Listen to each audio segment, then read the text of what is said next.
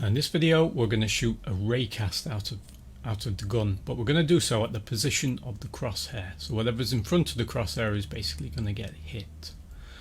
Now you might be thinking, how do people know how to script these things? You know, how do you know how to write a raycast? You know, where do I learn this sort of stuff? Well, it's actually part of the scripting reference. If you know what you want to achieve, you can actually go into the scripting reference. And let's say that I just type raycast. I'm in Google for some reason. It's because I typed it in the top there. So if I do raycast, you basically get all these different elements that's going to explain how a raycast works. And the one that we're looking at here is raycast hit. Okay, this is going to explain all the different things that you can do with a raycast in terms of like whatever it's hit. Well, the one that we're interested in is collider, right? And it's actually going to show you how to actually script that, how to put it together. So you need a variable of raycast hit, or a type rather, that's called hit, and then you need a type of ray that's simply called ray. You choose where that's going to come from, so it's from the camera, the main camera, and then this is the position where the ray is fired from, and then you need a bit of physics, the raycast, and it's done like this, and then you basically listen if it's actually hit something. Okay, so let's actually write that then. So in our script, first thing we need is obviously our raycast. So of type raycast hit, there it is. Oh, wrong one. Raycast hit, and I'm simply going to call this hit. Okay, that's going to store the value of whatever got hit, so whatever character. Then in our shoot, we can now do all of our work in here. Bear in mind, this only gets called when we press the button. It's not getting called every frame, which is good. So it's only being called, let's say, less than once a second, which is great. Okay, so we're simply going to say of type ray, that we're simply going to call ray, equals camera.main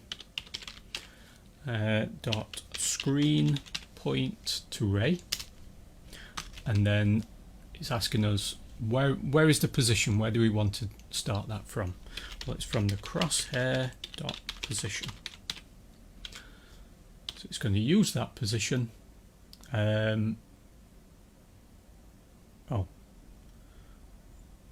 course, it's because my crosshair is a game object. It only knows position if I'm using it as a transform, so transform.position. There we go. Okay, so now that I'm actually firing that ray from the crosshair, then what I need to do is do some physics. So I'm going to say if physics dot raycast, and then it's expecting the ray, which we called ray, and then out hit. Okay, so it's going to shoot the ray out, it's going to store whatever it hits in that hit variable, and then we've got a distance. Alright, I'm going to say 5 for about, in fact I don't even need 1,000, that's way too far. I'm going to say 200, because we know that our scene only lasts about 100 pixels. So it's going to fire a ray out around 200 meters, and whatever it hits is going to get stored in this hit variable. The ray it's using is this one that comes directly from the camera transform. So what we need to do now is say if hit dot transform dot compare tag, inside of brackets as a string, let's say we hit a zombie. Okay, I'm going to simply call it zombie. If that's the case, then it's going to do something. Now at the moment we don't have a tag of zombie, so let's sort that out first of all. Let's just go back into Unity and wait for that to compile. So let's get close to our zombie. At the moment he's got this like little cylinder around him, but what he now needs is a box collider. So I'm going to click add component of type box collider. It's a little bit small at the moment, so I'm just going to raise it up on the Y, put 1, alright, and then make it a little bit bigger on the Y, 2. Alright, so there's the box that surrounds him. Make sure that's a trigger. Alright, this is what the raycast is going to hit. It's going to hit this box collider. Then we have our tag at the top. So I'm going to add a tag, click plus, and call it zombie. Make sure it's spelled exactly the same as whatever you've got in your script. And then I can now say zombie. So whenever we hit this character, that's then going to initiate that. Alright, it's gonna return something.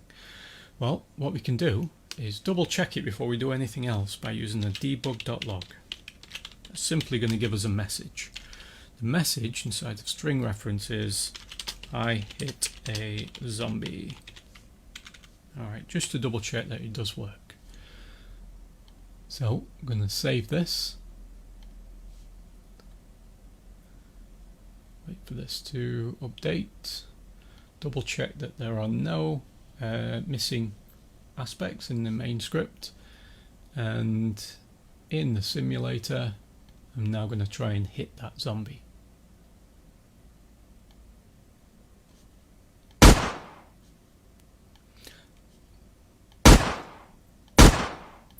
Now at the moment it's not returning any messages.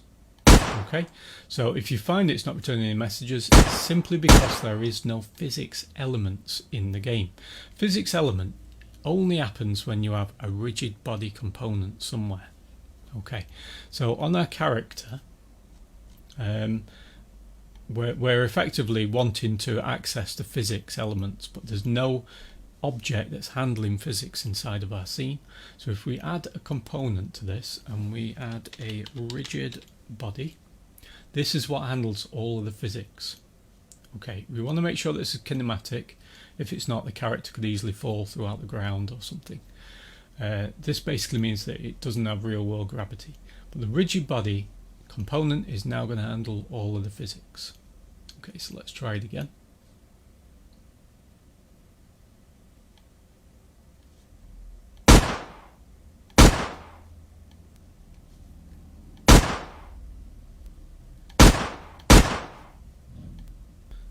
So it's actually the target that's getting in the way. So the target has a box collider. So it's actually hitting that target first before it hits anything else. If I were, for example, to switch that off, I should then be able to actually hit the zombie. There we go, I hit a zombie. So we simply have to exclude the target, alright, from the raycast. So the way that we would actually exclude something is we'll place it on its own layer. At the moment we have this many layers, so we can actually add a new layer. Let's call it player target. Okay, and then when we click on our target, we can choose player target, so it now sits on that layer. Now in our script, we can simply now call a layer mask. So up here we can basically say layer mask, and we'll call it target exclude. Okay, and I do want this to be public as well so that I can access it in the editor. There we go. And then under our actual ray, whereby we're firing out our ray, we can simply say int layer mask. In other words, which layer mask do we want to exclude? Exclude target, or rather target exclude. There we go. And now it will completely ignore that object that sits on that layer. Okay, so if I now save this,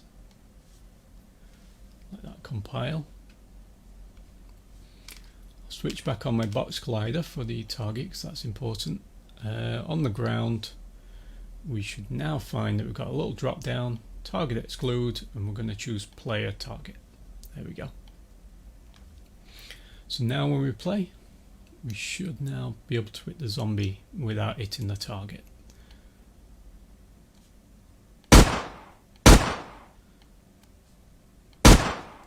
That's the theory.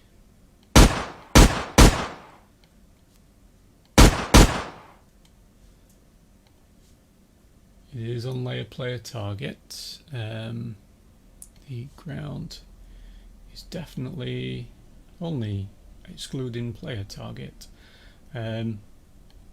Let's, oh yeah, because I didn't have it as an exclude, sorry.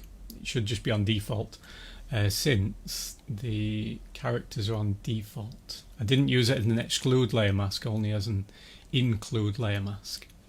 Let's try it again. There we go. Alright, so now we can hit the zombie multiple times. So I've hit it 5 times there. And if you want it collapsed, you can do it, or you can choose to see each and every one of them. Alright, excellent. So we've got that sorted. And of course, when we shoot the zombie, instead of just reporting a message, we actually want to kill the zombie. Now in mobile games, you wouldn't necessarily destroy an object and then spawn a new object. Alright, because that's quite an expensive operation. And you're spawning in lots of new characters, and it's going to take up memory and processing power. So instead what you use a pooling system. What this means is you have a whole bunch of characters that are loaded when the game starts. You simply just switch them off, and then when you need them you switch them on. And if we kill a character, all we do is we switch the character off until it gets respawned and it's switched back on again. Alright, it's really, really easy to do. So first of all, when we shoot the character, we actually want the character to die. Now at the moment, just go over to project window so that I can find the anim walk. There is a death animation for this character, so let's just drag this in here. And I want to give a parameter. It's going to be a trigger. I'll simply call it die. Right click from anim walk over to anim death, and we're simply going to fire the die animation without any exit time. So as the character is kind of walking, when he gets shot, he's just suddenly going to fall down and die. Alright, and this takes roughly from 1 second to 3 seconds, so it roughly takes 2 seconds for the character to die. So after 2 seconds we want to switch off that character. Okay, that's fine, we can do this. So in our script, what we want to do, and we know that this works now, so we can take out our debug. We want to access whatever object got hit. Now if we've got multiple zombies, we don't want them all to die, we only want the one zombie that got hit. So what we can say is hit.transform game object, so that goes right up to the top level, and we're going to get a component. The component is going to be its animator. We're going to open and close brackets, and then we're going to give it a command. So we're going to say set trigger, and the trigger we want to call is die. That's basically going to play that animation. Okay, so if we now save this, and then we're going to test this. So just let that compile.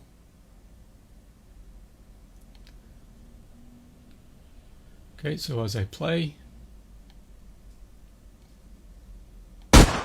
there we go. Okay, and the zombie dies. He's playing that animation over and over again. So what we need to do actually on that animation is make sure that it doesn't run multiple times, so that it's not in a looping state. So if I just click on anim death, click on the main character, and where we can see loop time, we don't want it to loop, we only want it to play once. So just check that box and choose apply. Alright, good. It will only play once then. So what we need to do now is simply switch this character off when the animation is finished. But if we simply switch it off here, what's going to happen? It's going to switch it off in the same frame. So what we need is a pause in the script. You can do this by using a coroutine. So if I type start coroutine, we have to give it a name. Let's call it zombie death.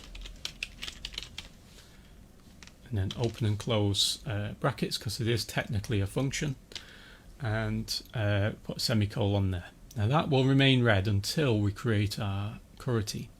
Coroutine is effectively an I enumerator that yields its commands back to a different function until it's ready to execute them. So we can actually add a pause. So right down at the bottom, Still above the curly bracket, by the way, it has to belong inside of the class. We're going to type I enumerator and then give it its name. So it's zombie death. Open and close brackets. Notice the red line has now disappeared. Get a red line on this one because any kind of an I enumerator always expects some kind of a yield. So we have to put that in there. Yield, return, new. Okay, and then obviously the red line disappears. And then what type of a yield do we want? We want a wait for seconds.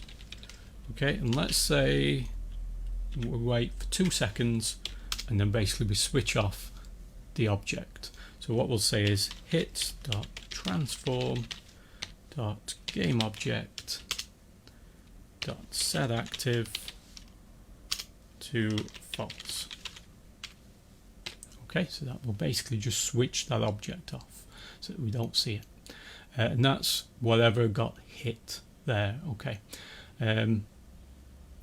I'm not sure if 2 seconds is too long a period because we might have hit a different character and it might switch that one off. But let's find out. So in the simulator, we're going to make sure it does switch off the zombie character. Now, if you keep an eye on this character, it should grey out when we hit him.